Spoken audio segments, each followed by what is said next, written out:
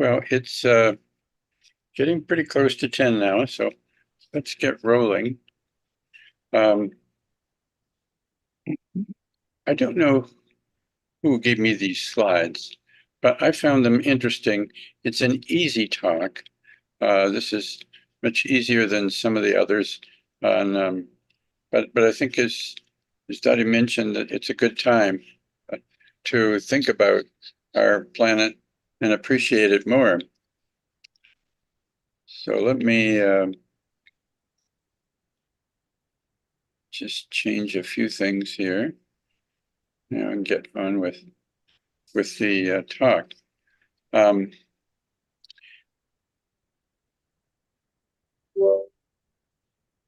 see. Need this one to here.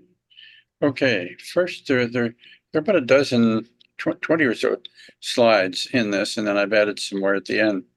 But this first one is although fairly well known to us, we don't think of it very often, and that is that our Earth is not a perfect sphere.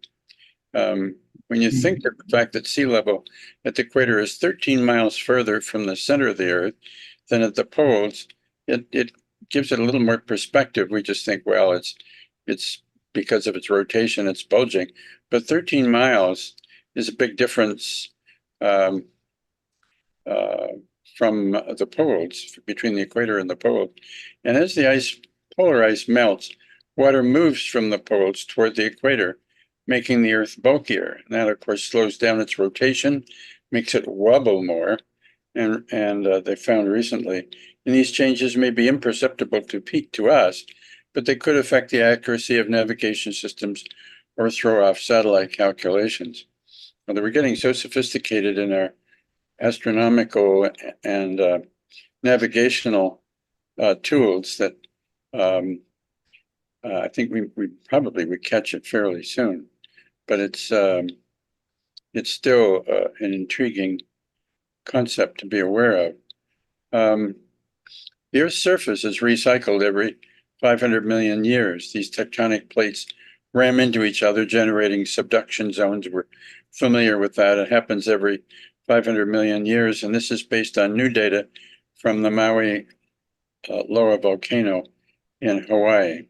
We see sort of a picture of these tectonic plates ramming in, sometimes pulling apart a bit, but upthrusting in this picture. This is an unusual theory, but the theory goes that a Mars-sized planet named Theia, Theia, smashed into the Earth 30 million years ago, and our moon was ejected in the process. Recent studies raise the possibility that part of the planet might still be present deep inside the Earth. We'll touch on this a little bit later, but it's something that we don't talk about or think about very much, almost a forgotten hypothesis, but there might be some interesting data from it as we dig deeper into the Earth and understand it better. Parts of Antarctica might not have seen rain for 14 million years. We never think of Antarctica as being such a dry desert, but it's endless supply of frozen water there, very dry, and it gets less than 2 inches of rain per year. At 5.5 million square miles, it is the Earth's coldest and driest desert. Again, a thought that doesn't often cross our minds, but something to keep in mind in terms of understanding our planet better. And then people love to talk about what's the highest point above the Earth, and we often think immediately of Mount Everest, 29,000 feet above sea level. And then as we think about it a bit more, we realize that Mauna Kea is 33,000 feet above the ocean floor. But rarely do we think of Ecuador's Mount Chimborazo, which is 6,800 feet higher than Mount Everest, because we calculate its distance above the center of the Earth rather than the ocean floor. So who would have thought that Ecuador has the highest mountain above the Earth's center until you start digging into these facts. And and coming up with new approaches and thoughts. This one, I think, is one of the most important slides I have. The Earth is the only planet in our solar system that we know supports life. And there are 4 reasons why. First is it's the right temperature. The Goldilocks temperature is good for life. The presence of oxygen, of course, is essential for our understanding of oxidation and cycling of carbon and carbon dioxide. So those are important. But I want to ask you, anybody, what else is essential for life? And hint, we had a reminder last week. Anybody want to shout out? Water? Is water mentioned?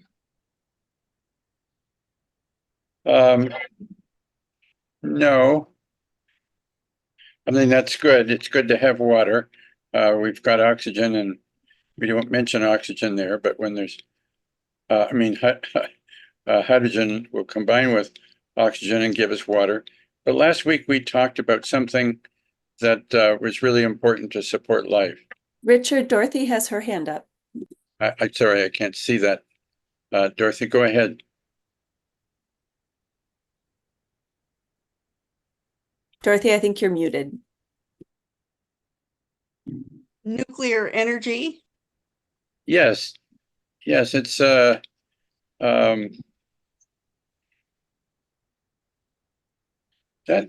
nuclear energy relates to 2 things. It relates to altering magnetic fields. And you may recall last week when we talked about the magnetic fields, that they protect the Earth from both the solar wind, which would blow off much of our atmosphere if we did not have these magnetic fields to protect us, but also there are solar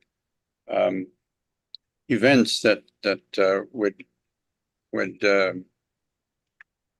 they look pretty in the sky, but sometimes they could be damaging to our atmosphere. So it's good to know that we are protected by these alternating magnetic fields, and very important, I think, for keeping us in our system. And of course, there's an argument. I had a discussion with a neighbor yesterday, and he has a really hard time accepting the possibility that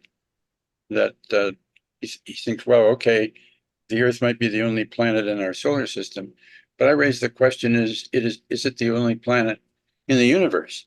And he had a really hard time with that idea. But it's conceivable, and that would really make us a very lonely speck of life. And I said to him, although he had a hard time, I said, well, one way of thinking about it is that it gives us a greater respect for what we have here, when you realize how precious it might be. Absolutely. Can I, Richard, can I add a couple things? Please do. Yeah. Well, when you try to traverse space, I mean, outside of the Van Allen belts, the magnetosphere, there's no real protection for radiation. Cosmic rays, solar wind, whatever it is, there's not much protection, and those things can vary wildly. And so it's a risky business trying to go to Mars or even the moon. The other thing, near the poles, I just read this, there's an electric field, part of the magnetoelectric field at the poles that leaks the atmosphere. It's leaking mostly hydrogen, but it's leaking it over time. And I don't know what's replacing it, but I just read that in an article. and where would it be leaking it from? Out of the center of the Earth? Probably not. It's at the poles where, because of the field. Yes. But it's probably coming from, oh, I don't know if it's hydrogen or helium. Well, and those molecules have the highest escape velocity to begin with because they're small and very fast, at ambient temperature. So it's the surface of the Earth, I'm sure that it's coming from. I don't know if it was helium too or not, but it's kind of scary that the atmosphere it must be replaced with surface material going back up into the atmosphere, I would think. I don't know. Yeah, well, that was interesting. Thanks for sharing that with us. We'll have to keep alert to that. I totally agree with you about the problems of interstellar travel and interplanetary travel, and we've already had some interesting experiments. We had identical twins, one of whom stayed here on Earth, and the other went into space for a year, and significant changes took place in the one who was in space, and so we recognize it's not an easy thing to do, and we keep talking about putting people on Mars, but I think it's going to be robots going to Mars. I have a hard time imagining that people will go. Once understand how difficult that's going to be. Right. But by the way, those experiments with the twins, that was more gravity because the International Space Station is still within the magnetosphere and is still being pretty much protected from cosmic rays and other solar stuff. So, good point. Thanks for reminding me of that. Yeah. Okay. All right. Richard, there's a very interesting feature in this slide, which is that oxygen is done by life. There was no oxygen prior to life. The blue-green algae in particular created oxygen, and before life, there was no oxygen. Yeah. So it's not a question of support of life, it's a question of the result of life. Say that last one again. I like the way you put it. Say it one more time. Oxygen, the presence of oxygen is in support of complex life, but it is a result of life itself. Okay, yeah. Good thought. Thank you for sharing. This is Don Reeder talking, right? Right. Thank you, Don. I appreciate that. Very interesting thoughts. There's much right on target. Thank you.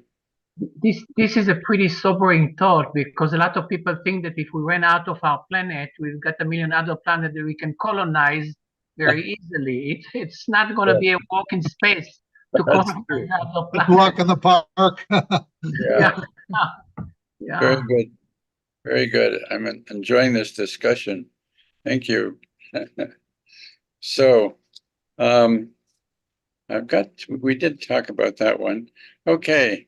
This is a new one that I hadn't thought about too much. 90% of the human population lives in the Northern Hemisphere. That hadn't dawned on me so much, but then again, it's related to the surface area because over a third of the planet is land, where land is sticking up above the ocean, and whereas in the southern hemisphere, only a fifth or so. Hang on while I dispense with that. So, so that's part of the reason there's just more land on the northern hemisphere. But we're going to look into that a little more deeply on the next slide. And that's of Asia. Together, people in India and China make up over half, about 2.8 billion out of Asia's 4.7 billion humans. So you see this map of Asia here, and you see a lot of countries. There are 45 other countries besides China and India, and they're all over here. And it's a rather unstable part of the world we're dealing with, trying to get along, and we have to appreciate different points of view and try and work together as a species to care for this planet that we're dealing with. We've had several discussions about population going up, peaking over 8 billion, possibly going as high as 9 billion or more, and then dropping very, very quickly because people will realize that the challenges of bringing new children into the world and that it'll drop off quickly. And we need to be careful that we don't either go up too high or, in particular, drop too low too quickly, or we could have great social upheaval. So we need to do some planning ahead of time and understand one another as best we can. We don't see that happening now when we see all kinds of problems taking place in the Middle East and not only there, but all through Asia, not to mention Ukraine. So it's a challenge that we can deal with more, I think, as we understand where people live. Tokyo is the world's most populated city. I've forgotten that one. 35.8 million people. It's a clean city, popular with its residents, and it's 1.5 times larger than the next largest city, Seoul, Korea. So I thought that was an interesting point of view. The Japanese have to have a city that big and that popular says something. So about their ability to work together as a cohesive social unit. And then they come along and make this strange remark: the entire human population could fit into Los Angeles. Well, that's kind of stretching it, because if you take the area of Los Angeles, which is 1.2 billion square meters, never thought of it in those terms, and you take the global population, which is sort of an antiquated term here, 7.8 billion humans, the density would put us to about 6 people per square meter. Well, that's like packing us all into an elevator. So that's not very likely going to last very long, but it was an interesting thought, and this picture came up along with it, so I tossed it in. But people do make some wild statements. This is certainly worthwhile remembering, though, and that is that the coastal redwood trees are the tallest living beings in the world. With a narrow range stretching 450 miles from the Big Sur to Oregon, these massive sequoia trees are the tallest living beings in the world. One tree is 380 feet tall. Somehow or other, having visited out there, I got on their mailing list, and about once or twice a year, they send pictures of the maps of these redwood trees and stories with a map of the United States in the back. And it's fascinating to stop and think about what an incredible being the redwoods are. And some of them are up to 2,000 years old. So we do have some wonderful things to appreciate on our planet. Another interesting one is that Brada mentioned earlier, 80% of the Earth's oxygen comes from plankton. And Prochlorococcus is the world's smallest organism capable of photosynthesis, measures only 0.6 micrometers, or 0.6 microns. That's 1/10 the size of a red blood cell. And I presume that these little blobs here might be what we're talking about. These diflagellates are much larger and visible to the naked eye. And when I first saw one of these in grade 2, when I was in Canada, and a friend showed me a drop of water from a pond, it just blew me away. And my interest in biology has been strong ever since, because they're just such fascinating little critters. But that's not what we're talking about here. It's It's the fact that plankton need a mildly alkaline pH to survive. And so we should look beyond oceanic temperatures. You may recall that a few years ago, I was quoting a famous guy from the Netherlands who was at a very popular technical institute. And I managed to get a Dutch friend of mine to take me there. And I think I showed you some slides of his special corals. And he was very nice to us, very hospitable. And he focused again and again on temperature. And I asked him, well, what about the pH? And he said, well, that'll come later. I'm only paying attention to the temperature for now. And I thought that was something that he might start to think about sooner rather than later. But anyway, this slide brings back what Don Reeder was saying. Another point is that 1% of the Earth's mass contains all of the known life in the universe. Some people might say, well, maybe in the solar system, universe might be stretching it. We don't know yet, but the Earth's crust, 1% of its total mass and 25 miles deep, contains all of the known life, certainly in the planet and possibly in the universe. And then small wonder that we feel lonely at times. But the Earth shakes every 26 seconds and we don't know why. This seismic pulse was noticed way back 60 years ago and is later found to originate in the Sea of Guinea. I was not aware of this. Its origin might be volcanic or from ocean waves. We still have so much to learn.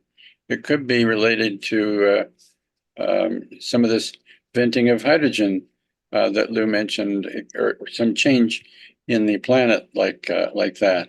But we still have a lot to learn. So these are little ideas and thoughts to make us appreciate the planet and make us realize that we don't understand them all.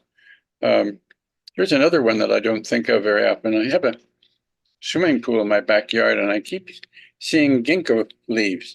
I look around for the ginkgo tree and I never see it, but I had forgotten that it is originated 270 million years ago. That's a long time.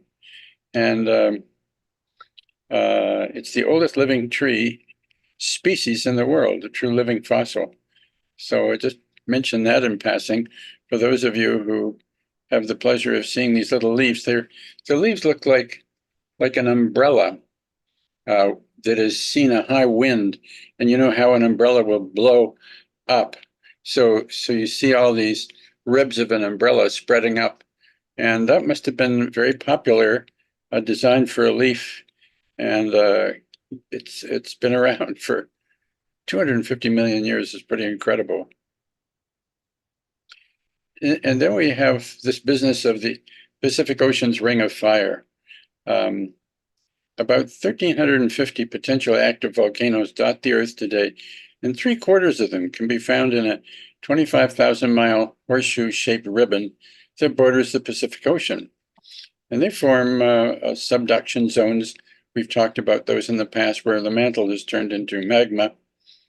And the question is, do you suppose the Ring of Fire maps out Thea's hit and our moon's origin?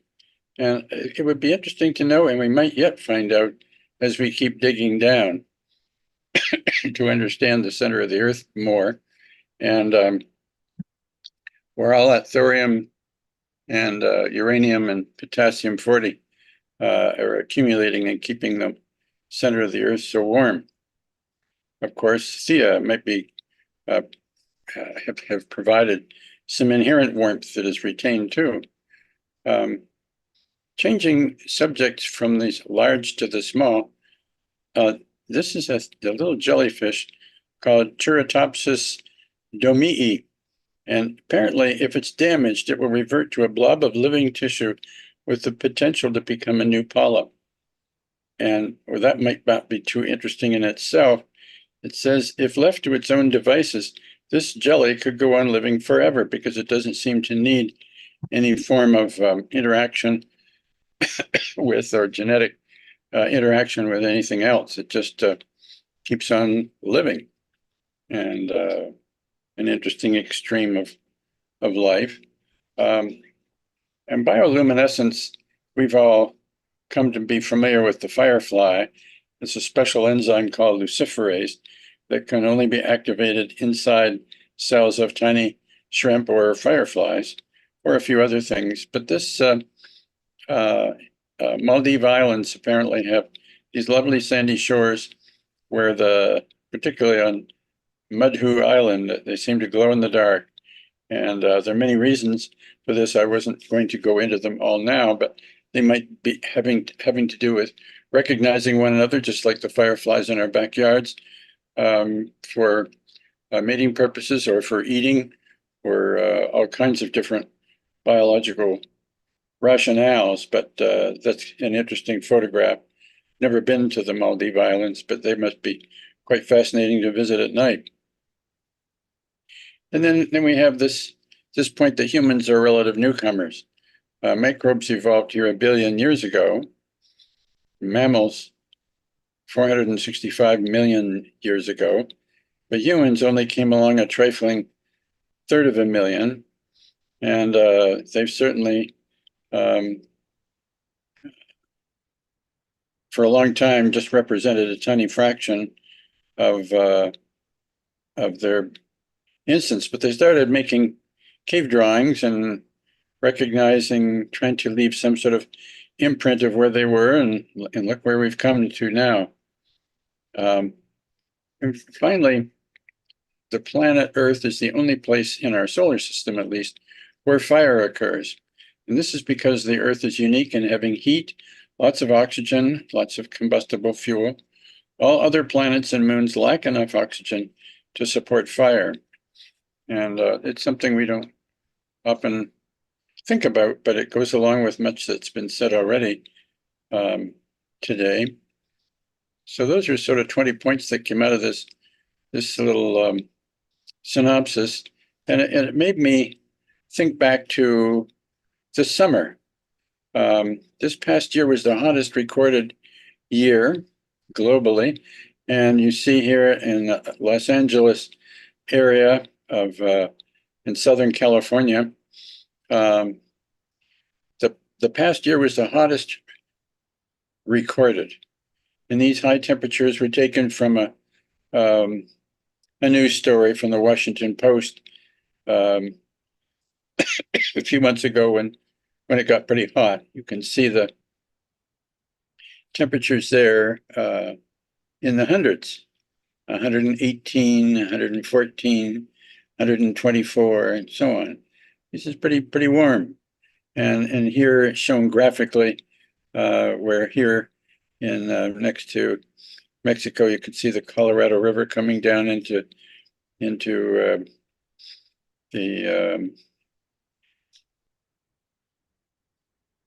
what's the name of that sea? I'm forgetting the name of it for a moment. Anyway, you know the one I'm talking about. Next to Mexico, the Baja, and it comes down into the that Gulf that's there. And so it was hot, no matter how you look at it. It was a hot year this year. And if you look at the projections, warming is quite interesting.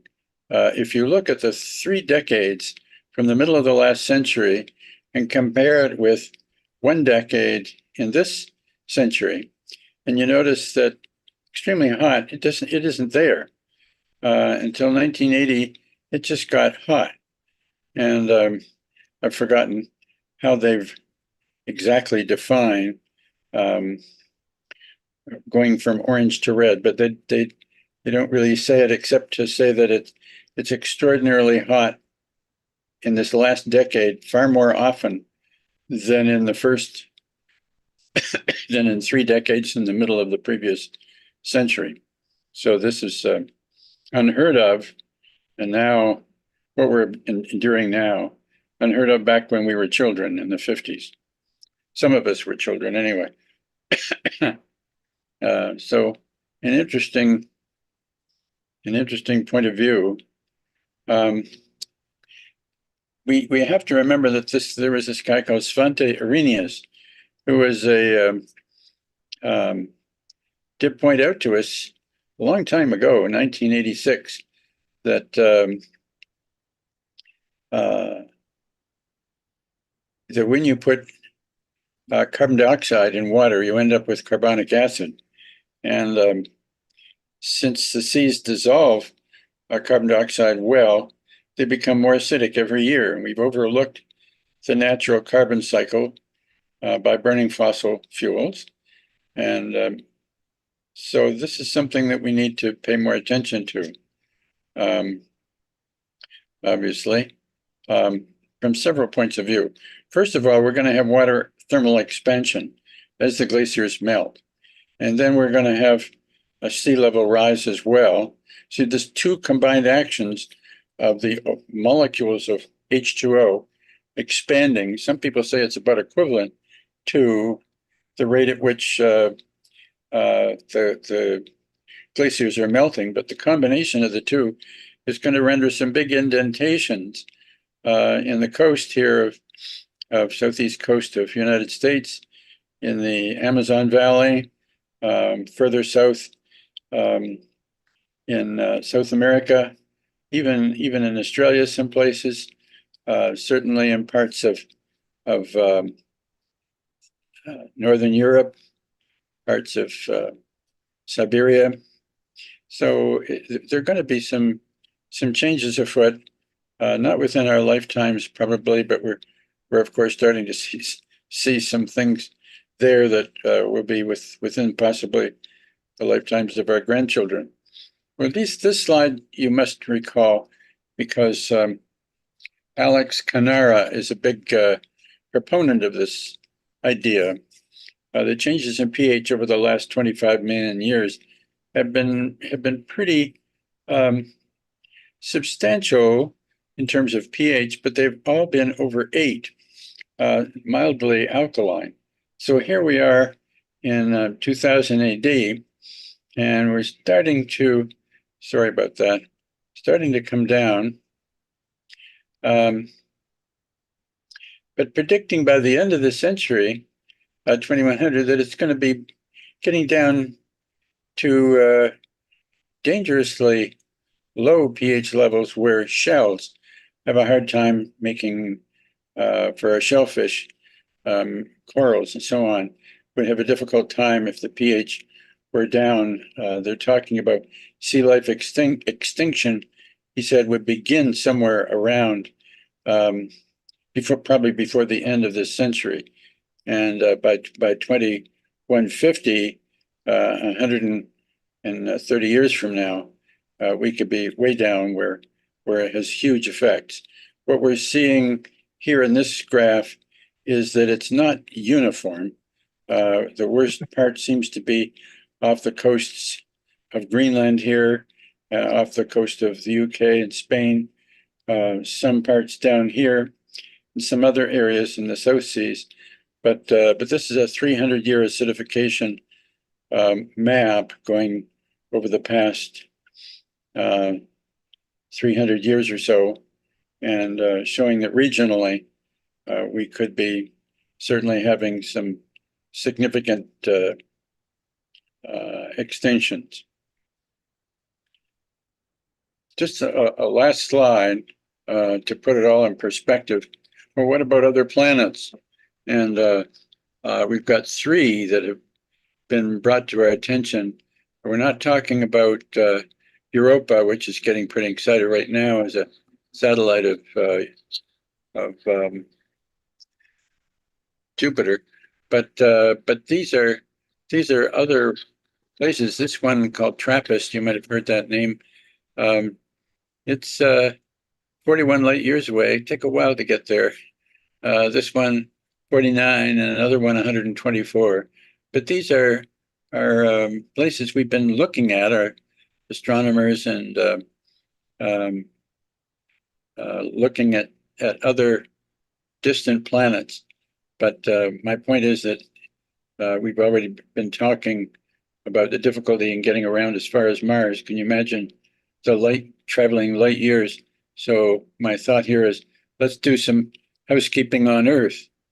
And that, I think, brings me to the end of today's talk. And I'm happy to have some more thoughts shared with you.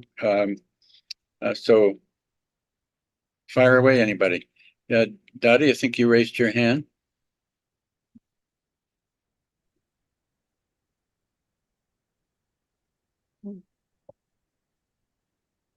Richard, I was going to suggest if you would like to stop sharing your screen, everybody's faces will appear larger. There you go. And yeah, you were muted. Yeah. Oh, thank you. Oh, sorry. Richard, if you could go back to the slide that was showing the bell curves comparing up to 2008 or whatever, and then from that period to 2015, the heat graph. Yes, I can do that. Shall I do I that? was, Well, go yeah. ahead. Raise your question first, if you like. I was curious as to where those those were in summer. Were these in the Los Angeles area, or where were these temperatures measured? All over the US or just on the West Coast? Oh, Where was the data those from? are all from the Los Angeles area. Okay, But let me go back and get there. Let's see.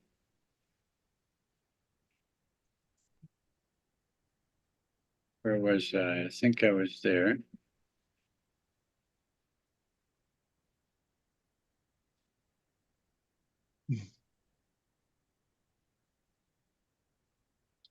Hmm.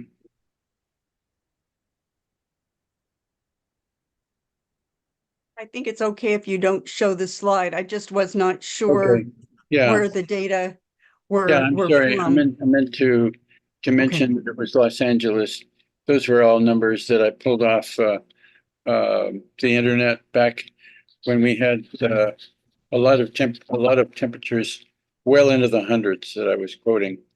And Sea of Cortez was the name that at the very bottom of the picture where the temperatures were really hot, where the Colorado River was, where the remains of it was dripping into the Sea of Cortez.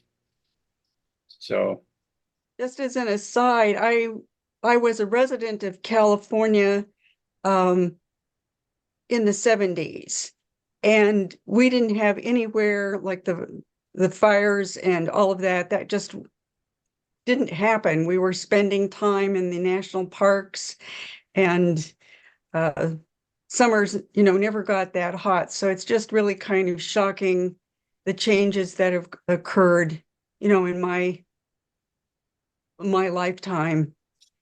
Similarly with New Mexico, which I'm sort of a native New Mexican, the amount of really hot weather and forest fires in places that I've lived nearby in Santa Fe, which is not that far from Los Alamos. It's just truly incredible to see how the West has changed. I don't live there now, but very shocking. yeah, thank you for that perspective. One of the things I did mention when I showed that slide was that they didn't have a definition of extreme heat.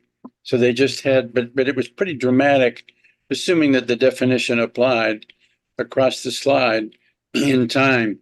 Those middle decades of the 20th century, 1950 to 1980, I think it was, there were virtually no extreme heat days or warm days. And then all these extreme heat days, as you point out, were since then, and really not nearly so rare. So we are encountering some significant temperatures, and I thought it was a good time to mention it because while we're talking about the 20 wonderful things about this planet, it maybe helps us to appreciate how rapidly they're changing because we're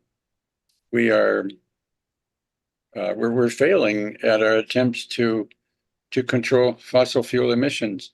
And yeah. Can I make one comment regarding that? Sure, Lou. Richard, sorry to interrupt, but Okay. you got natural methane, and which is coming from the tundra and from fossil materials deep underneath the ground that are thawing out. And so you got natural methane, and then you've got man-made fracking Yeah. type methane, and a lot of it's flared. And so just the methane alone, as Mert gave a presentation a couple of years ago, it's got a huge global warming potential far beyond carbon dioxide. What is it, 30 or 80 or I forget what it is times. I've heard 30, but when it does break down, it breaks down to CO2.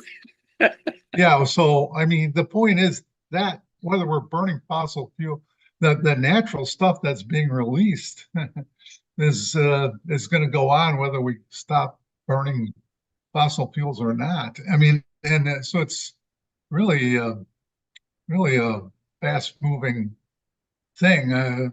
It's very nasty. I mean, if anybody wants to comment further on that, I don't know. Well, I preached this song to you before, but I'll bear with me and I'll be a little bit brief again. But we had a very keen attorney in Madison who felt that we shouldn't have any more nuclear plants built in Wisconsin until we had a decent place to bury them. And nobody in Wisconsin wanted to bury them in nuclear waste. This is talking decades ago. And this same attorney had a change of heart. And he said, I did a wrong thing and I'm going to be responsible. So I'm going to get the University of Wisconsin and get the students there. And a few of us, in addition, from Friends of Fishing, and we got together and we met. We managed to get it reversed so that now you can build nuclear reactors again in Wisconsin. So I was really pleased about that. But we met with two committees. One was a Republican committee largely, and the other was a Democratic committee. And you would have thought that the Democratic committee, being interested in global warming and intelligent, would have been in favor, but they did not want to know. I've even offered to go to the Sierra Club and 350.org and other clubs and talk to the executive, and they said, no, thank you. We don't want to know, but the conservative group were much more willing to listen.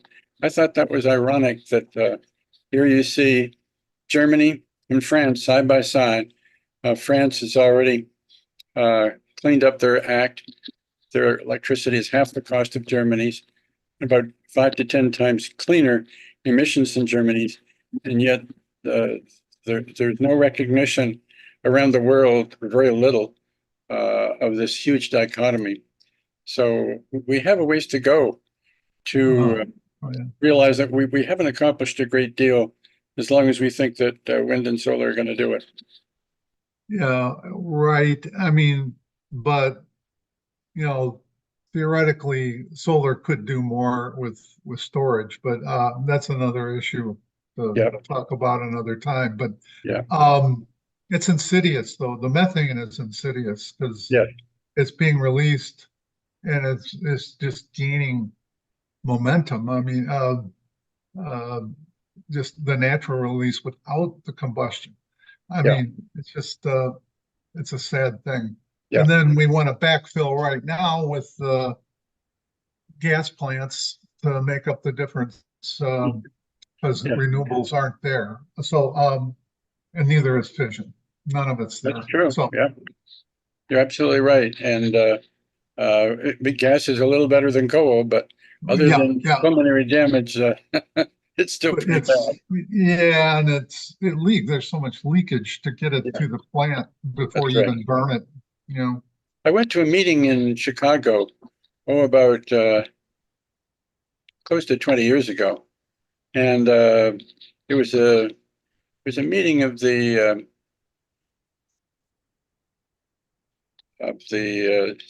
people who published Science magazine. I thought it would be pretty unbiased, and I was interested to see that they have two types of data collection on methane accumulation.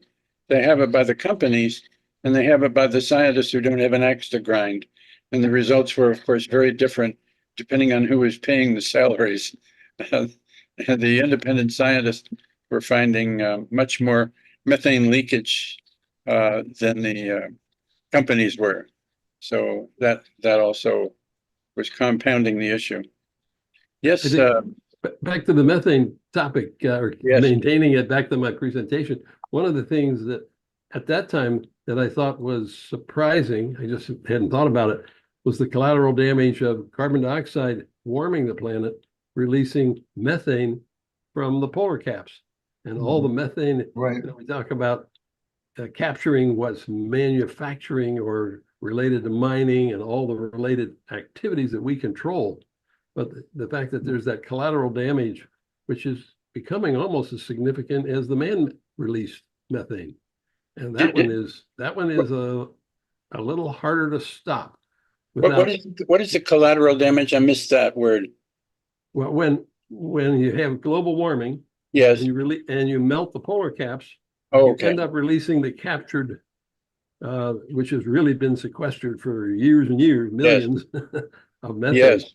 So now all of a sudden, the total amount of methane in the atmosphere, which has been sequestered in the caps, we really hadn't thought about all that methane because it's just kind of, well, I don't think, It's the- I mean, I personally yeah. didn't realize it was there. But It's the tundra. The tundra is softening, melting, and it's Yeah. releasing, and then you got fossil yeah, methane. All of it, where these ponds and lakes are bubbling up methane. You can Yeah, light it. yeah. You can light it on fire. yeah, Dottie, you had your hands up. Dottie, Whoops, you're still muted, Dottie. still muted. Dottie, Yeah, Hey. I'm There she goes. sorry. okay. I'm back. I was wondering, we were talking about the tundra and the release of the methane. Do experts feel that we have reached a tipping point there? Is this irreversible or not? In terms of the tundra, does anybody know about that? I mean, what would be reversible as long as we keep melting the caps? But I mean, if keep we being were, if we were able to stop immediately, would this just continue? Have we reached the point of no return for the tundra? No, I don't don't think we know, but there is a related thought about that, Dottie, and that came in that slide. They said that a certain percentage, I don't know the exact, whether it's 50-50, but there's a certain percentage of change that occurs from the water molecules expanding as they get warmer. The not the water molecules, but the interspacing of H2O as the oceans warm. So you're getting not only some rise from the melting, but you're getting intermolecular expansion, and that contributes a significant amount. I got the impression from my reading that it was about equal, but I never had anybody estimate that fraction. But it's certainly something to keep in mind. I'd like to respond to Luis, who said that a lot of the leakage of gases is a natural phenomena. And I guess that it's part of the political discussion. I assume that it's a combination of man-made and nature-made. Why don't we take care of what we do and leave nature to do its thing? If we cannot control what nature does, at least we control what we do, if it's a combination of both. It's a good point. And Yeah, I agree with definitely. you. And unfortunately, the term I use, collateral damage, is kind of a funky term maybe, but the carbon dioxide release ends up releasing methane. And then that oxidizes and creates more carbon dioxide. So Exactly. it's a Yeah. it's a positive feedback system, which is never good. Exactly. You know, if we look to our current election, even the candidates who are the candidate who is most pro environment dare not take on the question of fracking. She has been called to task for her previous position. So this is a very mum thing. And of course, fracking is a significant cause of the release of untapped methane. They're just burning it off. They're not, it would be almost different, although it's still release carbon dioxide eventually. But if we were actually harnessing this lost methane in some way for some utility, but it's mostly a total waste. you know, it's doubly tragic in that sense. Right, they can track that. I mean, with spectroscopy, they can track these areas in Texas and elsewhere and see where it's just going up into the atmosphere. It's horrible. Yeah, it is. We listen to these slides and look at the slides and think, oh, aren't we on a wonderful planet? And then we look a little more deeply and find that, yeah, it's a wonderful planet, but it's in dire straits. I'm surprised there isn't more reporting about that, the methane release. It's the media just doesn't deal with it. Yeah. Nobody talks about it. Yeah. And it should be, somebody should be letting Yeah. the public know about it. That's far worse than any kind of nuclear spent fuel storage or any of that stuff. I mean, it's far worse. Yeah. I'm You going get to, the- oh, sorry. Who's Yeah, who's Tom. got their money in that one? Yeah. Tom, noticed, you had a, Yes, I ran across an article the other day. It was sort of interesting. They were talking about artificial intelligence demanding tremendous amounts of electricity, yes, and it's leading to efforts to reopen nuclear plants. yes, Uh, that's and there true. are a couple of corporations that their stock is up like 100% or 150% in 1 year that are behind it. Mhm. So I thought, who knows, maybe it'll pick up gradually some sort of response. Yes, thank you for that. It's a very good point, Tom, and I agree with you. I see that in the nuclear news. Some of you get it too. It's free from the American Nuclear Society, and even though people say, "Well, it's just a free rag of a organization that's sponsoring nuclear energy," which is true, but it gives us interesting little points like that that are encouraging, to say the least. So, and I think that some of us, we're going to be having a speaker, Ryan Pickering, is going to be talking to us in a few weeks about some of the changes taking place in nuclear. And Ryan is quite an activist from California, and I'm looking forward to the upbeat things he might be able to say to encourage us to have faith in nuclear. So be sure and catch Ryan, and if you're not able to, be sure and get the recorded session. But to do that, you'll have to sign up though. We got to pay our $60. Hey, why are the AI companies focused on nuclear? Why don't they just go with natural gas? What is it about are they showing some sort of responsibility to go with nuclear? Why are they going with nuclear and not natural gas? It's a question. And who's got the answer? I don't know. I think that part of it was tremendous demand in one area or separate areas, and the availability the of concentration of the energy. 3 Mile Island plant is sitting there, and other plants around that they see a big profit in getting them. Bill Gates might be one of them too. He's heavily invested in nuclear, and he's probably also invested in artificial intelligence. So he would be one of many. Oh yeah. It's just, part of it is the energy density and the stability. I suppose you have both of those going for data centers that have a high demand for power. Yeah. I wanted to make a sort of an aside, not very serious, but when I moved to the Midwest years ago, all my California friends said, "Why would you want to move there?" None of them are asking me these questions anymore. Yeah, that's a good one. Yeah, that's funny. Well, I've enjoyed this session. It's just an hour, and I think that's probably about all we need to give it. But it was fun, and I think you all took it in the spirit of doing our best to appreciate what we have and providing perspective for preserving it as best we can. But it's a challenge, and as almost all of you brought forward. We're doing our best, but it's not enough. We got to keep working on it. So thank you all for coming today and participating. Mert, you had still some questions here. Mert? Well, just that closing question of thought. Yeah, go ahead. Are we on an irreversible sixth extinction? That's a point of view. You reminded me to ask you, and I really appreciate you brought that up, Mert. I have been looking for a cartoon. It's a delightful cartoon that I'm sure you've seen, and I can't find it on my computer anymore. And if any of you have it, I have it. I'll send it to you. It's Ma something. this is Yeah, I'll Gaia. send it to you. Gaia is being interviewed by an aggressive guy. She's got all these little birds and butterflies.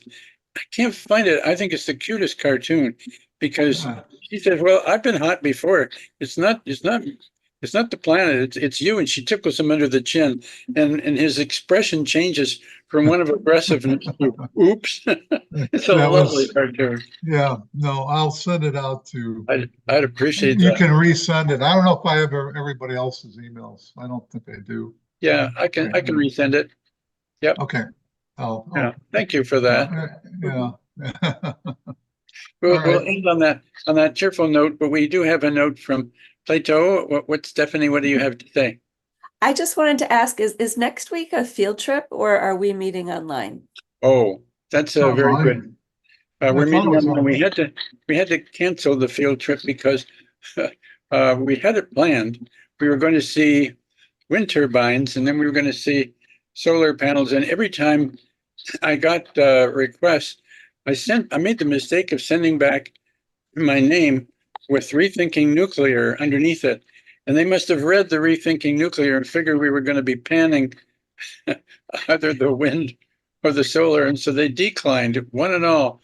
And that's why I got stuck with having to come up with my own topic. So there is a little more humor in it.